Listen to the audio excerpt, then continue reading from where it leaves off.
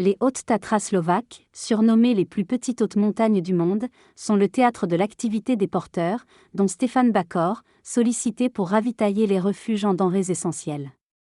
Stefan, équipé de sa monture artisanale, affronte les vents et les pentes escarpées pour livrer les fameux petits pains à la vapeur tant attendus. Malgré les défis et les risques de chute, Stefan accomplit sa mission avec succès, gagnant sa vie en transportant des chargements. Jusqu'au refuge des voleurs. En dépit des difficultés, il trouve un équilibre entre sa passion pour la montagne et sa vie de famille, appréciant chaque moment passé avec sa femme Martina et leurs enfants, tout en partageant sa passion pour la nature avec eux.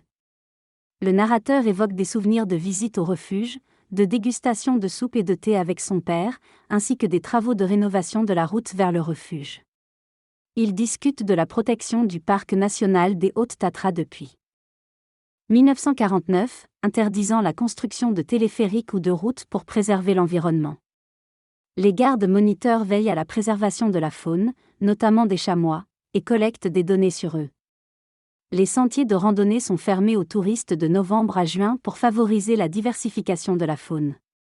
Le risque d'avalanche est souligné, avec une interdiction des filets anti-avalanche pour préserver l'environnement fragile du plus petit parc national du monde.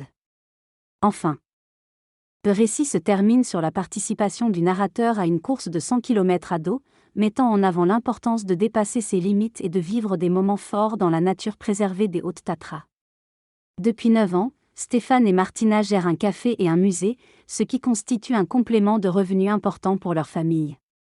Ils cherchent à raconter et transmettre l'histoire locale et la mémoire des charpentiers de la région. Ils organisent également des courses et des événements.